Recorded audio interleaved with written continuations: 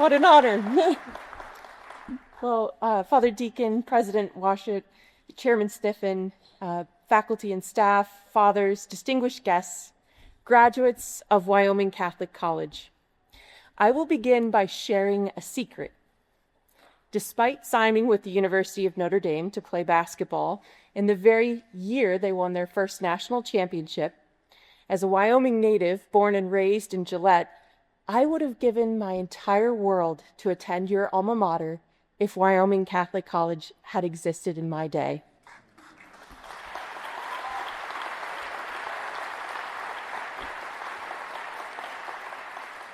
You see, my love for Wyoming, like yours no doubt, is unbounded. As I repeat often when I speak around the country, it is the greatest state in the contiguous 48, and quite possibly in all 50. We have to give Alaska and Hawaii something. Why Wyoming Catholic College? Well, my mother was a rodeo queen who raced barrels collegiately. My Catholic faith has been the beacon of my life. In fact, the University of Wyoming, where my brother now coaches, once recruited me by offering me the ability to take classes on Catholicism at the Abbey of St. Walburga down the road, hoping that would satisfy my desire to study theology. I turned them down. Today, I would like to reflect on 3 gifts you have been given during your years at Wyoming Catholic College. The gift of Wyoming, the gift of your Catholic faith, and the gift of your college studies. I will not offer you too much advice about the future. As Herodotus and the Greeks knew, history and memory can be a better teacher than abstract philosophy, and certainly better than moral platitudes. So instead, I beg you, entrust your time here to memory. Preserve it carefully, and let your history here become the teacher that shows you how to apply your philosophy in life when life becomes harder, faster, stranger, and less sheltered than it has been here. First, the gift of Wyoming. There is a spiritual bond that forms when a land and a people shape one another. The great novelist James Michener captured this in part. Geography shapes the soul of a people, just as the geography of the heart moves the people to craft and inhabit the land in particular ways. Having spent 9 years, yes, nearly a decade, discerning with the Dominican sisters, my mind often thinks of St. Dominic and how a rugged, red, desert-like land can form a missionary heart. It can carve silence into a soul. It can teach austerity. It can make stillness vast enough to awaken zeal. It can give a man the contemplative quiet to hear God and the missionary fire to go to the ends of the earth and proclaim Jesus Christ. That was just the land that formed St. Dominic. He was a Spaniard from Calaruega with all the chivalry and sternness, the austerity and generosity that such a land and a people could produce. I say all of this because of the enormity that the gift of this land, Wyoming, has given you. Its stunning expanses, its majestic views, the grandeur of the Grand Tetons, the valleys nestled beneath them, the faithful and strangely singular geysers to your north, and the rivers that write their stories in prairie and pebble and give life to the wild things around them. Wyoming is wild. It is one of the last places in these great United States still formed less by the conveniences of urban technology than by the ruggedness that calls forth a cowboy hospitality. Not the hospitality of the South, with its formality and napkins and debutante courtesy, but the hospitality of the range, where men loan tools and shovel snow, pick up the stranded traveler who has run out of gas, and pitch in with neighbors to fight wind, snow, in May, illness, and occasionally outsiders. And the women loan comfort, food when the store is too far in town to justify the drive, and as many tools, as much expertise, as much strength, and as much determination through the harsh winter and unrelenting wind as the men. I will never forget, nor quite forgive, the joke my husband made on our first date to break the ice. Wyoming, where the men are men, and the women are too. Jokes aside, you have spent 4 years here in the womb of a people made by this land. You have drunk from its streams and its views. You have ridden horseback across plains that acquaint you with limitation and call you to community, while also preparing you for isolation and hardship. You have learned, not abstractly, but bodily, that freedom is not the absence of limits. Freedom is the habit of moving well within reality. This gift is not given to the city slicker or the one-time tourist. Wyoming has the smallest population of the 50 states, yet it gives a greatness like that of the mustard seed, the smallest of all the seeds, which, when grown, becomes a tree great enough that the birds of the air come and nestle in its branches. Where land has shaped you, memory must now guide you, college graduates. Take with you the stars unfettered by light pollution. Take with you the crispness of fall air at the beginning of each academic year. Take with you the coziness of an all too early snow and an all too long winter. Is it still winter?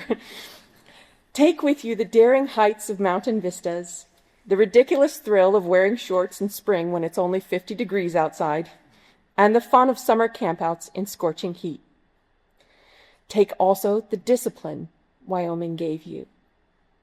Take the knowledge that that everything worth having is not always convenient.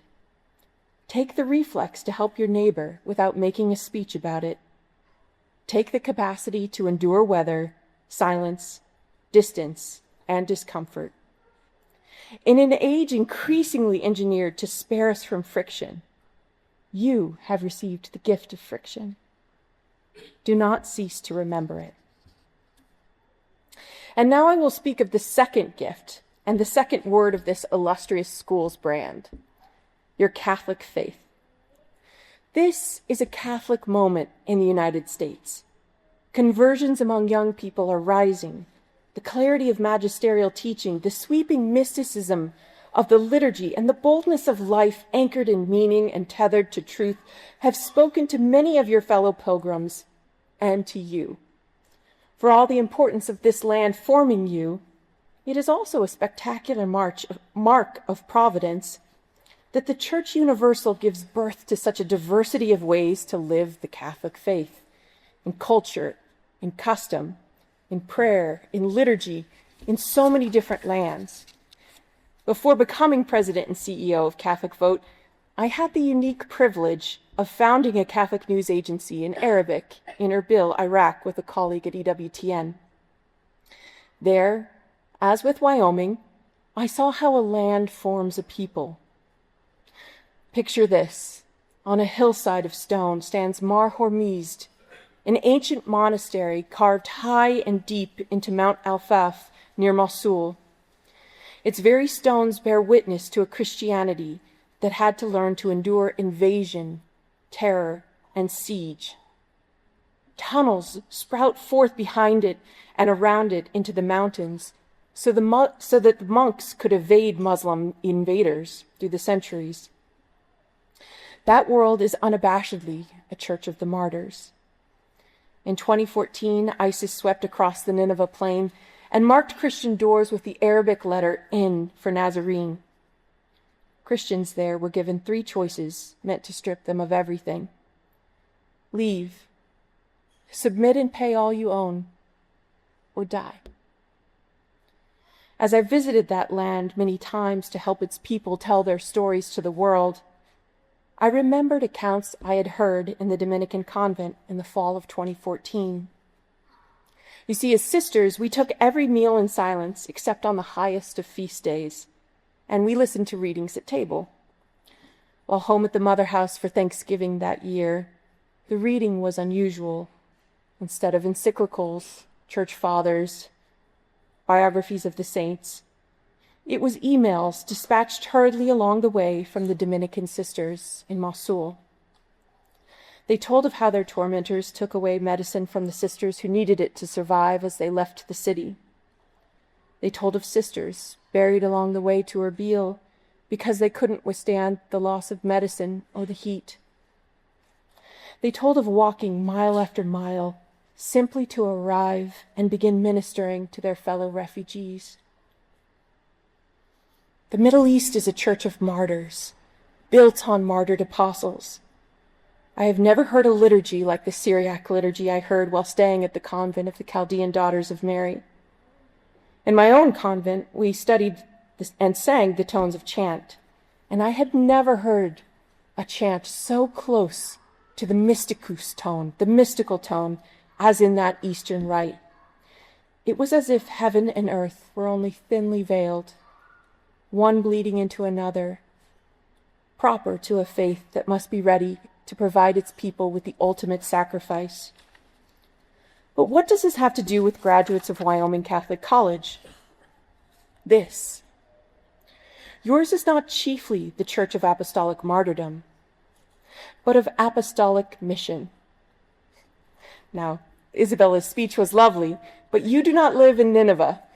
You live in America.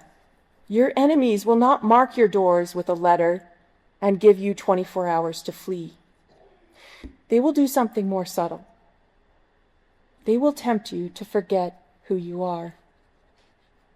They will ask you to trade your inheritance for comfort, your doctrine for acceptance, your vocation for drift, your liturgy for entertainment, your courage for approval. But unique to this Catholic moment in the United States is a generation that has access not only to some of the best catechetical material in the world, but also to the freedom to move past the unmoored, over-sexualized nihilism deranging the West. When friends of mine from the Jerome Lejeune Foundation in Europe visited the United States, they were struck by the youthfulness of the church here. But that youthfulness is not the youthfulness of first-wave evangelization. It is seasoned youthfulness, purposeful youthfulness, the vitality of young vintage grapes. Your mission, your Catholic faith, and your Wyoming formation all lead you to a return to the serious tradition of the Catholic faith. You have already learned to live differently in Wyoming. Now you marshal that experience to live differently for Christ in this culture. What does that look like? Most significantly, it looks like embracing a vocation. The faith you embody is built for fruitfulness across generations. Just this week, social media surfaced the story of a couple married for 70 years with more than 100 great-grandchildren. That is the fruitfulness of vintage grapes, the fine wine of spiritual multiplication. Do not think of marriage merely as me and you here and now. Think of it as a dynastic call to build the kingdom by ruling your own house in charity, fidelity, sacrifice, and joy. This is not sentimentality. It summons the soldier and the soul to live like this. Our Lord says, "The kingdom of heaven suffer violence, and the violent take it by force." Not the violence of domination, but the force of love, sacrifice, daily death, and apostolic vigor. The path to renewal in the church, as in society, passes through the family life. And because families also nourish the generosity of children called to be priests, monks, nuns, brothers, and sisters, some of you are called here to live as Christ lived, in a special following, poor and born in a manger, chaste for the sake of the kingdom, and obedient unto death. Nothing is more satisfying than anticipating heaven on earth. Nothing is more motivating than spousal closeness with love incarnate.